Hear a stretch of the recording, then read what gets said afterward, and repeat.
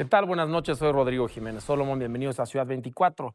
Ya tomaron posesión los nuevos diputados, tanto a nivel federal como local. Aquí en la Ciudad de México son 43 diputadas y diputados del grupo parlamentario de Morena y sus aliados, lo cual les da pues una mayoría amplísima. Se quedan solamente a un diputado de la mayoría calificada y eso implica un reto político mayor para la oposición.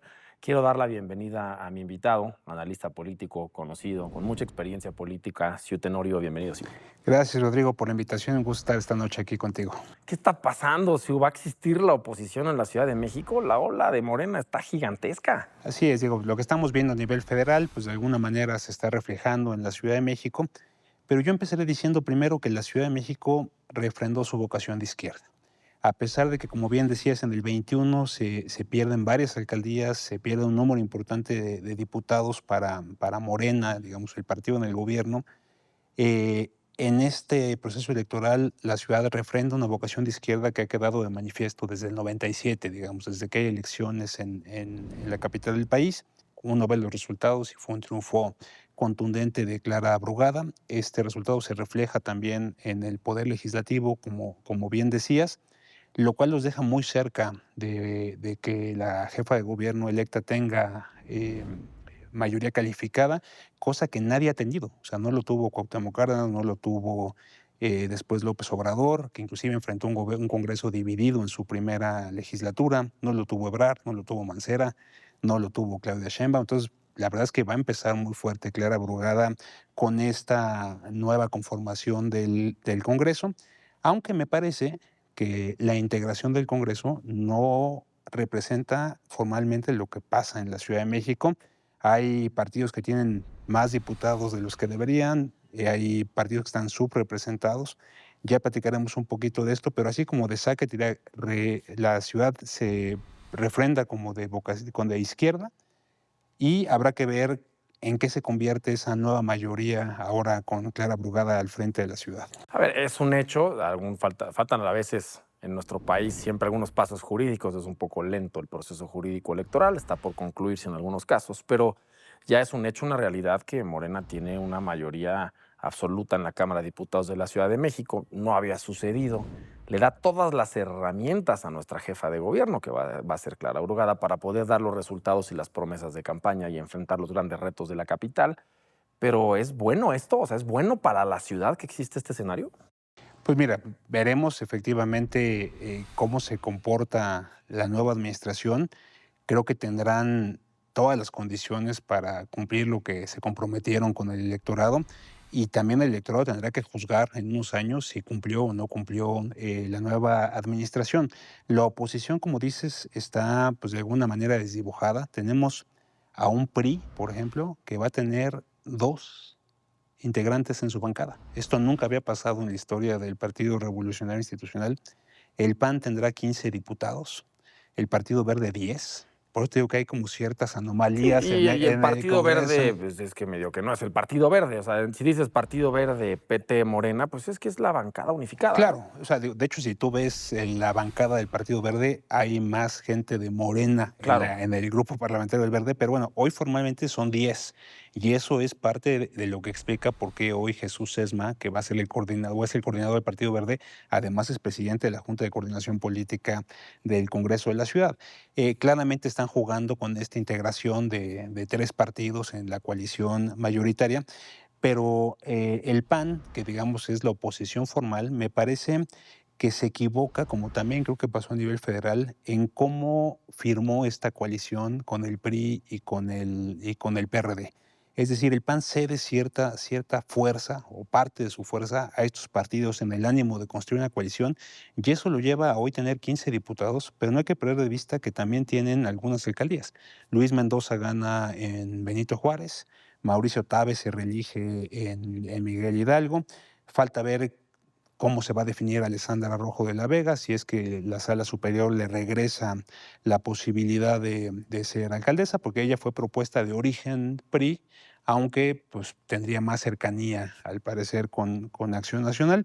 El PAN pierde alcaldías importantes que estaban bajo su mando, el caso de Álvaro Obregón, el caso de Azcapotzalco, pero digamos de ser el Y partido. repite Coyoacán, es la otra que queda en la Giovanni, claro, oposición, ¿no? Giovanni Giovanni Gutiérrez, queda en claro, que Coyoacán. repite. Entonces tienes a un partido que es, digamos, es la verdadera oposición, el PAN, que tiene pues una presencia mínima porque le terminó cediendo espacios a una oposición que, pues además, como ya vimos, pues varios terminaron incorporándose a la coalición mayoritaria en el primer minuto de la nueva Sí, legislatura. sí, terrible, ¿no? De pronto ver cómo ya es tan transparente y tan inmediato ver cómo pueden brincar de un partido y otro y dónde queda la ideología y la representación.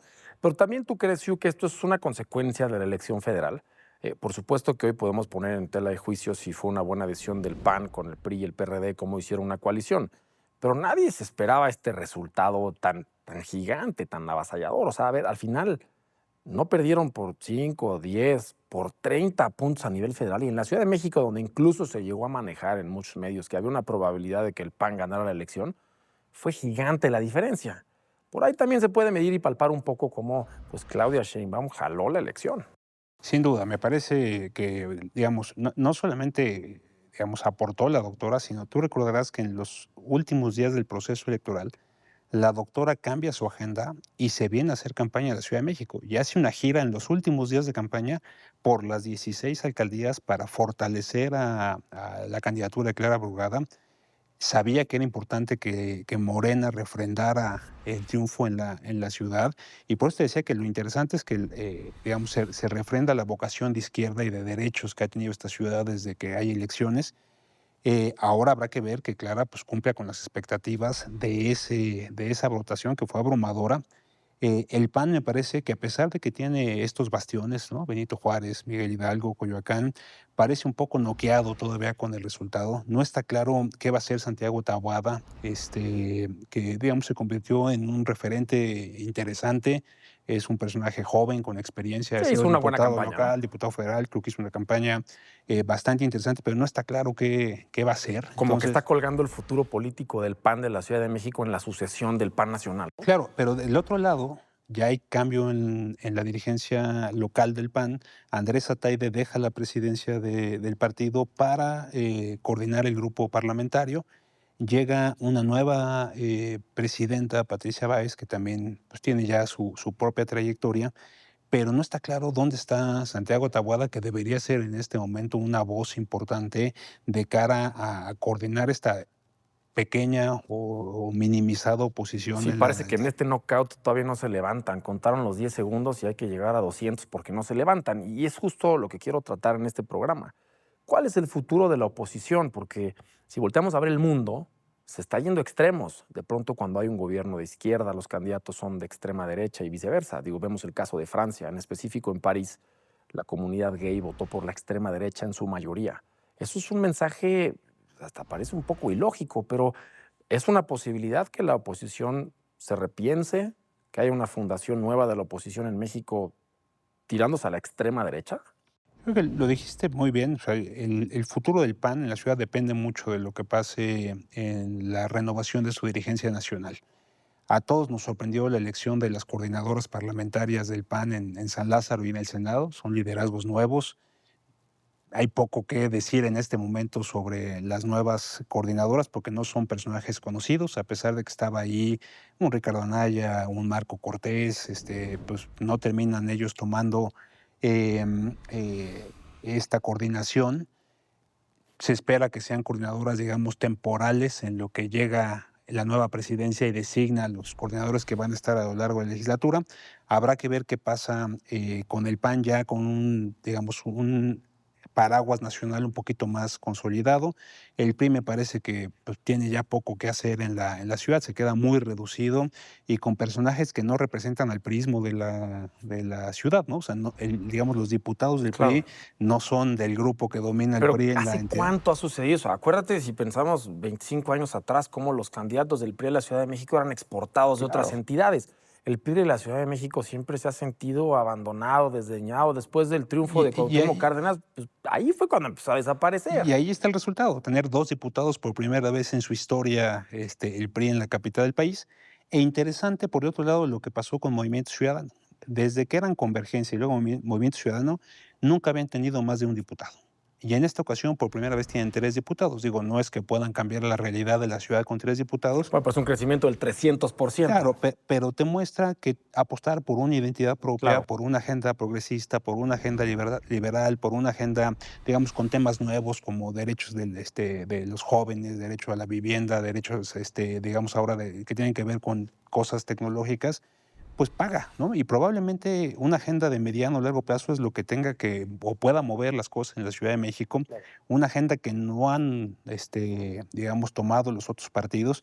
Y ahí está ahora MC con 3 diputados, vida propia. Habrá que ver cómo se comportan a lo largo de esta legislatura. La estrategia política de dividir funcionó. Le entregó a Morena la elección absoluta. Pero bueno, ahora pues, dividir no tiene mucho sentido porque son muy pocos de un lado y muchos del otro. ¿Eso no es muy atractivo como un líder opositor naciente para volverte extremista y entonces empezar a plantear casos, regulaciones, leyes extremas para llamar la atención? Lo que es interesante es que sí se requiere diferenciación. En eso estoy completamente de acuerdo contigo. Si se mantiene esta generalidad y temas que, digamos, de la que hablan todos, ningún partido Claro. opositor va a poder destacar. Lo que hay que encontrar es una agenda que le haga sentido a los capitalinos que han mostrado ser más progresistas, que han mostrado ser más abiertos a ciertos temas. Pero, y creo que por eso te decía que la apuesta por los jóvenes es la clave. Yo, ahora que ves a los jóvenes marchando de universidades de la capital del país, ¿no? O sea, defendiendo el Poder Judicial, los de la UNAM, los del ITAM, los de la Ibero, pues ahí hay una fuerza viva que alguien les tiene que hablar, alguien tiene que encontrar qué es lo que les interesa. Inclusive, pues digamos, de universidades públicas, ¿no? Claro. Que uno pensaría que son clientelas distintas a partidos de oposición, pero ahí están moviéndose sin necesariamente la rectoría y la tutoría de un partido en este momento. Se escuchó tu corazón latir fuerte porque yo me acuerdo que cuando terminaste de ser estudiante fuiste de los fundadores de Nueva Alianza. Ese movimiento nació del liderazgo estudiantil. ¿Tú consideras que estos movimientos estudiantiles, este grado de política efervesciente en los jóvenes, efervescente, está generándonos tal vez una posibilidad de nuevos liderazgos? Sin duda, o sea, de ahí vengo, de ahí me formé, en eso creo. Sin embargo, en ese momento muy específico en el que estábamos nosotros, parecía que la ruta era hacer un nuevo partido político, que lo que había que hacer era crear un nuevo vehículo con ciertas ideas. Hoy, la verdad, y después de ver todos los partidos que hemos creado en los últimos 20 años, estoy convencido que ese no es el camino. Pero ahí está digamos, la fuerza viva en los jóvenes, en los liderazgos que están en las universidades. Creo que ahí está el motor para empezar el cambio. Habrá que ver cuál es la vía institucional correcta para lograrlo. Nosotros apostamos por una que no funcionó. Después vino toda esa efervescencia por las candidaturas independientes, que tampoco logró nada. Pero bueno, Pero bueno, el agua busca su camino, ¿no? Exactamente. Y yo creo que ahí es donde las nuevas generaciones tienen que encontrar exactamente por dónde transitar y aprender de lo que hicimos otras generaciones. A mí me gusta pensar que la mayoría del país votó por un movimiento, pero que los jóvenes pueden representar esperanza política a futuro. Creo que es el México que debe de crecer en nuestras Sin manos en duda, el siglo y ahí XXI. es donde se está discutiendo realmente lo que está pasando en el país en este momento y donde se va a definir buena parte de lo que viene en estos próximos años. Sí, para cerrar, unas preguntas y respuestas rápidas. Encantado. ¿Va a existir la oposición en los próximos 3 años? Sí, digamos, con poca influencia, pero va a existir. ¿Funcionó y funcionará seguir sacando candidatos y candidatas que se parecen más a Morena siendo opositores? No, yo creo que tienen que encontrar la diferenciación y las agendas que le interesan a la gente. ¿Y las minorías se van a ver representadas ante esa gran mayoría parlamentaria? Yo creo que las minorías tienen que tener claro que siguen siendo minorías y que tienen que pelear por sus derechos. Sí, muchas gracias por estar con nosotros. Encantado, Rodrigo, como siempre.